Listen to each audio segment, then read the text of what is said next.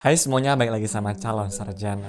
Di banyak negara, dari Eropa, Amerika, sampai Jepang dan juga Australia, anti-India sentimen tuh lagi viral banget nih teman-teman. Di Australia, tahun 2025 kemarin aja tuh ribuan orang turun ke jalanan protes dengan slogan yang kasar banget. Indian Sting, go back home. Di Jepang, warga kota Osaka tuh pada protes teman-teman, karena menurut mereka, budaya India tuh sudah terlalu dominan. Bahkan, hotel-hotel di Malaysia dan juga Kazakhstan sudah ada yang pasang tulisan seperti ini. Indians are not allowed. Dan yang paling gak kalah parah, tahun 2024 kemarin, 1 dari 6 aplikasi visa Schengen orang India tuh ditolak. Dan Amerika menolak 41% aplikasi visa pelajar India. Total 1,65 lakh atau sekitar 165.000 aplikasi visa orang India ditolak tuh dalam setahun doang teman-teman. Pertanyaannya deh, apa yang sebenarnya terjadi sih? Kenapa sedunia itu tiba-tiba benci banget sama turis India? Dan ini juga teman-teman yang paling penting buat kita di Indonesia. Apa hubungannya sama kita? Data yang bikin kaget. Oke, sebelum lu pada bilang, ah bang itu mah cuma rasisme aja. Coba lihat dulu datanya nih. Tahun 2024, sekitar 30 juta orang India liburan ke luar negeri. Iya, 30 juta, hampir mendekati dari total penduduk Malaysia. Dan mereka tuh habisin rata-rata 50 hari per orang di luar negeri. Total spending mereka 500 triliun rupiah per tahunnya. Angka yang besar banget kan? Padahal di tahun 2000 cuma 5 juta orang India doang tuh teman-teman yang punya paspor. Tapi sekarang 80 juta. Naik 16 kali lipat dari 24 tahun terakhir. Artinya middle class India tuh baru aja merasakan pertama kalinya liburan ke luar negeri secara massal ya. Nah, disinilah masalahnya tuh dimulai. Ketika jutaan orang tiba-tiba punya akses ke dunia internasional untuk pertama kalinya nih dalam sejarah keluarga mereka belum tentu tuh punya cultural knowledge buat behave di luar negeri. Bukan karena mereka jahat, tapi karena kebiasaan hidup di India itu beda banget sama ekspektasi di negara lainnya. Contoh kecilnya begini deh, di India ngobrol kenceng itu ya tanda lu tuh pada ramah. Kalau kalian diem nih di India, ya orang tuh curiga kalau kalian tuh lagi ngambek atau bermasalah. Jadi waktu turis India tuh pergi ke Jepang, negara di mana diem di kereta itu tuh sakral, ya bentrok lah. Di India, nawar harga di toko itu tradisi teman-teman. Mereka nawar buat gantungan kunci Eiffel Tower yang sudah fixed price yaitu 20 euro. Di mata para pedagang Prancis, ini nyebelin banget. Tapi di mata turis India, ini tuh ekspresi seni menawar teman-teman yang mereka banggakan. Di India, personal space itu tuh ya konsep yang hampir nggak ada. Kota Mumbai punya density 30.000 orang per kilometer persegi, sehingga turis India tuh terbiasa desek-desekan di antrian, berdirinya deket banget sama orang di depannya waktu lagi ngantri, ataupun nyenggol bahu orang asing tuh juga sudah biasa ya. Pokoknya hal kayak gini tuh normal banget deh buat mereka. Tapi di negara seperti Kanada ataupun Swiss ya jelas lah ya, ini mah dianggap kasar banget teman-teman. Tapi bukan semua soal culture shock. Nah, sayangnya, sebagian masalah tuh memang bukan cuma soal culture shock doang, teman-teman. Ada perilaku yang beneran problematik tuh. Di tahun 2025, ada YouTuber India yang namanya itu adalah Malik Shwazbakir, dan dia tuh bikin vlog di Turki sana. Di vlognya, dia tuh ngomongin cewek-cewek Turki dengan bahasa Hindi yang vulgar banget kalau bisa dibilang. माल का माल है देख रहे हो ना यार आप कमाल की माल हो कैसे सबर कर रहा हूँ मैं बता नहीं सकता हूँ मेरा दिल कर रहा है ना ऐसे अपने हाथ में पकड़ेगा चेक करूँ क्या है लेकिन अब उसके लिए मुझे रात का टाइम वेट करना पड़ेगा आपको पिलाना पड़ेगा उसके बाद ये होता है. Dia pikir orang-orang Turki itu nggak ngerti Hindi. Dia posting lah dengan percaya dirinya tuh. Yang dia nggak tahu, polisi Turki tuh paham cukup banyak teman-teman sama Hindi buat di-code ucapannya. Dan di tanggal 31 Mei 2025-nya, Malik ini ditahan oleh polisi Turki. Nah, satu orang bikin nama satu negara menjadi jatuh ya. Kasus Malik ini pun juga cuma satu dari ribuan doang teman-teman. Ada YouTuber India lain namanya itu adalah Amit Jarial. Dia pergi ke Hong Kong, nemu streamer Korea yang lagi live, terus dia melakukan hal yang gak senonoh ke cewek itu teman-teman di depan kamera. Dia ditahan juga tuh keesokan harinya. Di London, pemerintah lokal brand Arya nih ngehabisin 30.000 pounds per tahun, yaitu sekitar 600 juta rupiah, cuma buat bersihin paan, yang mana adalah sejenis kunyahan tembakau tuh teman-teman, yang diludahin sembarangan sama para turis India. Dan ini terjadinya di tempat publik ya, di tembok juga, bahkan di trotoar. Kemudian di Pattaya, Thailand, ada video viral grup turis India tuh teman-teman yang mabuk-mabukan, lalu tidur di pantai dan juga sampahnya berserakan di mana-mana. Di Dubai ada review TripAdvisor dari turis India sendiri yang ngasih rating jelek buat hotel bintang 5 tuh. Bukan karena pelayanannya tuh umum jelek ya, tapi karena dia tuh ngerasa ada rasisme sistematis. Tamu India dikasih handuk lama, tamu India juga disuruh duduk di bawah matahari, sementara tamu bule dapat tempat teduh tanpa diminta. Dan bahkan anak-anak India juga sering ditempatin di pojok restoran biar nggak mengganggu tamu bule. Nah, sekarang coba pikir deh, kenapa hotel bintang 5 di Dubai aja nih sampai berani melakukan hal seperti itu sih? Ya soalnya mereka tuh berpikir pasar mereka bukan turis India. Karena kalau ada yang komplain, ya paling cuma satu orang doang. Dan sebenarnya stigma ini sudah kebentuk tanpa disadari. Nah, di sini gue mau stop sebentar deh teman-teman. Karena kalau kalian ikut-ikutan judge turis India tanpa ngeliat cermin dulu, ya kalian tuh bakal ketawa sendiri deh nantinya. Kenapa? Karena turis Indonesia juga punya masalah yang persis sama. Ingat gak video viral di mana turis Indonesia tuh joget garba massal di depan Burj Khalifa Dubai? Kemudian pakai lagu Bollywood Chogade Tara pula lagi? Iya, orang kita ikut-ikutan. Banyak netizen Indonesia sendiri yang malu dan juga komen, "Stop embarrassing us." Atau video turis Indonesia tidur mabuk di pantai Pattaya dengan sampah yang berserakan tuh. Iya, turis India juga kelakuannya kayak begitu teman-teman. Tapi banyak turis kita yang juga seperti itu. Atau kasus turis Indonesia di Jepang yang teriak-teriak tuh di kuil suci. Lalu foto-foto pakai pose lebay di tempat sakral sampai dikomplain sama para lokal. Bahkan di dalam negeri sendiri nih, kita menjadi tuan rumah turis India terbanyak di dunia setelah negara tetangga mereka.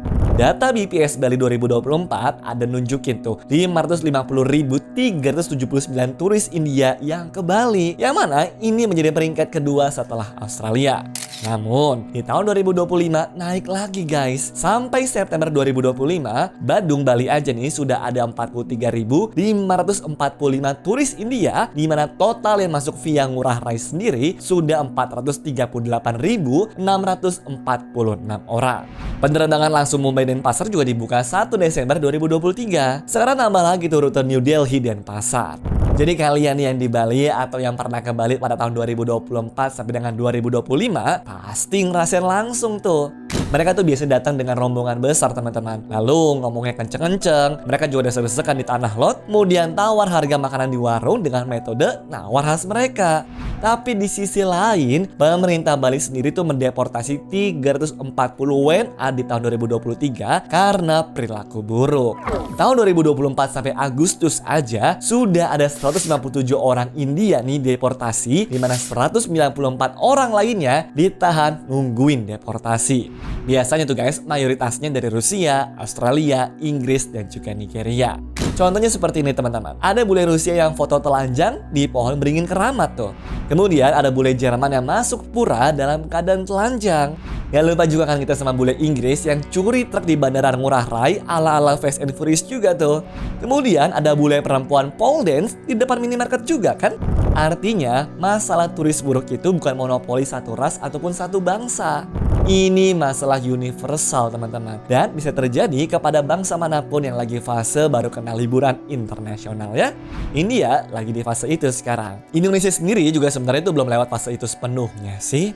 Bedanya teman-teman, India itu populasinya 1,4 miliar orang, Indonesia 280 juta orang. Jadi kalau ada 1% aja nih yang bad apples, skalanya ya kelihatan berbeda lah. Sesuatu yang harusnya bikin kita mikir.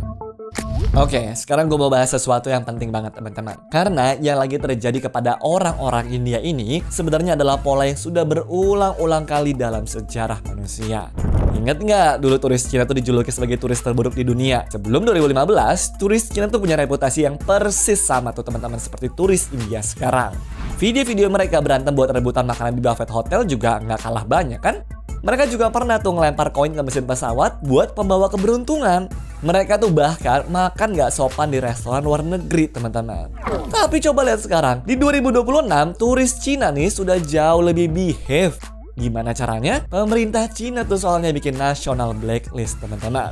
Turis yang kelakuannya tuh buruk di luar negeri namanya dimasukin ke dalam database resmi. Akibatnya apa? Bisa di-ban naik pesawat 2 sampai dengan 5 tahun, kemudian bisa di-ban nginep di hotel bintang di Cina, atau bisa di-ban naik kereta cepat juga. Nah, yang paling gokilnya, nama mereka juga dipublish ke publik tuh. Iya guys, dipermalukan bener-bener di depan satu negara.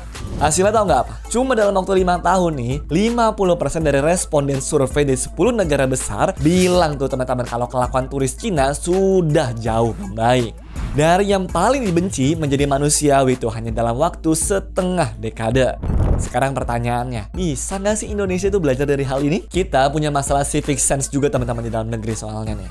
Buang sampah sembarangan masih sering. Naik motor ngelawan arah juga sering. Nyerobot antrian di supermarket juga nggak kalah sering tuh. Teriak-teriak di kereta MRT Jakarta, apalagi kan?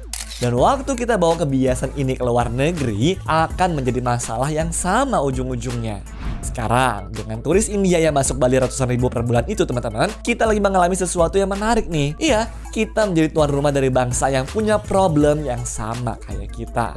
Kesempatan emas kan buat belajar dua arah. Apa yang kita bisa lakuin? Jadi kita tuh harus gimana dong bang? Jawabannya dua level ya, yaitu personal level dan juga collective level. Personal level itu kalau kalian tuh traveler Indonesia yang sering keluar negeri teman-teman, pertama nih, riset culture dulu negara tujuan sebelum berangkat ya. Beneran teman-teman, 15 menit habisin di YouTube aja tuh buat cari etiket in, contoh nama negara apapun nih ya, itu bisa menyelamatkan kalian dari insiden memalukan di sana deh pokoknya. Misalkan nih, di Jepang itu nggak boleh ngobrol keras-keras di transportasi umum. Di Eropa nggak boleh tawar harga di toko resmi. Di Thailand jangan nyentuh kepala orang. Di Korea kasihlah sesuatu pakai dua tangan. Dengan tahu seperti ini, kalian tuh jadi lebih aware dan juga pinter kan? Kedua, jangan buat konten bermodal bikin orang lain jadi risih. Trend challenge di negara orang, joget viral di tempat suci, atau gangguin orang lokal demi views, inilah yang bikin reputasi satu bangsa menjadi jatuh. Satu viral video kontroversial aja tuh bisa bikin alasan orang Indonesia lainnya nih ditolak visanya di tahun-tahun berikutnya. 3. Kalau ke tempat suci ataupun tempat penting, behave-lah seperti di masjid ataupun di gereja. Bule-bule di Bali yang telanjang di pura ataupun turis India yang foto sembarangan di kuil Thailand, mereka itu teman-teman adalah contoh orang yang lupa kalau tempat suci bangsa lain juga patut dihormati seperti tempat suci sendiri. Nah, sedangkan collective level adalah apa yang harusnya pemerintah lakukan. Belajarlah dari Cina contohnya tuh. Kalau ada warga Indonesia yang viral di luar negeri karena perilakunya tuh buruk, seperti contohnya joget di Burj Khalifa ataupun mabok di Pattaya, harus ada konsekuensi pulang ke tanah airnya. Paspor di hold mungkin 6 bulan tuh, atau dikasih denda juga kali guys. Atau paling minimal ya dipublish secara publik lah. Jangan sampai mereka tuh santai-santai aja. Dan untuk edukasi aja nih teman-teman, Singapura bahkan punya mata pelajaran karakter and citizenship education di semua sekolahnya loh. Jepang aja bahkan wajib ajarin moral science tuh. New Zealand pun juga ngajarin social responsibility. Kalau kita gimana? Ya pelajaran PKN sih sudah ada ya, tapi efektivitasnya ya kalian tahulah. Mungkin kasihlah anak-anak sekolah kita tuh basic travel etiquette mulai dari SD teman-teman. Gak mahal dan juga gak susah kan? Tapi hasilnya 10 sampai dengan 20 tahun lagi bakal beda banget deh seriusan. Penutup. Jadi, kenapa satu dunia tuh benci banget sih sama turis India? Jawaban singkatnya teman-teman adalah kombinasi dari jumlah turis yang meledak drastis dalam waktu yang singkat, culture shock masif, sebagian kecil bad apples yang bikin heboh viral, dan stigma yang sudah kebentuk lalu dipelihara sama media dan juga sosial media algoritma ya. Tapi jawaban yang lebih penting buat kita nih yang nonton adalah ini juga bisa terjadi kepada bangsa manapun, termasuk bangsa Indonesia kita sendiri. Setiap kali kita keluar negeri, lu tuh bukan cuma representasi diri lu sendiri. Kalian juga merepresentasikan 280 juta orang Indonesia lainnya. Makanya setiap kali teman-teman tuh behave, kalian tuh juga bikin hidup traveler Indonesia setelah kalian tuh lebih gampang. Dan sebaliknya, setiap kali kalian tuh screw up, jelas-jelas kalian tuh juga bikin mereka lebih susah dapetin visa ke depannya juga teman-teman. Dan kalau teman-teman ketemu turis India, turis Cina, turis bule di Bali yang kelakuannya nggak enak, jangan buru-buru dijudge ya. Ingat guys, kita juga pernah jadi dan mungkin masih menjadi turis bermasalah di mata bangsa lainnya. Empati itu gratis kok, tapi yang lebih penting, minta pemerintah juga lah buat ambil tindakan serius ya. Misalnya kasihlah pendidikan civic sense yang bener tuh teman-teman. Kemudian kasihlah konsekuensi buat yang mempermalukan bangsa di luar negeri. Selanjutnya, kasih standar juga tuh yang lebih tinggi buat diri sendiri. Karena kalau Cina yang penduduknya 1,4 miliar aja nih bisa berubah image-nya dalam 5 tahun, masa kita yang cuma 280 juta nggak bisa sih? Gimana menurut kalian tuh guys? Pernah nggak ketemu turis India di Bali ataupun di luar negeri yang behavior tuh buruk banget? Atau justru kalian tuh punya pengalaman ketemu turis India yang super ramah? Share di kolom komentar ya teman-teman. Nah, kalau video ini tuh useful, kasih dong guys like-nya, kasih juga subscribe-nya dan juga share ke teman-teman kalian yang sering traveling ya. Sampai jumpa lagi di video-video berikutnya teman-teman. Bye-bye. Anyways, cukup sampai di sini ya guys video hari ini. Sampai jumpa di video selanjutnya. Dah.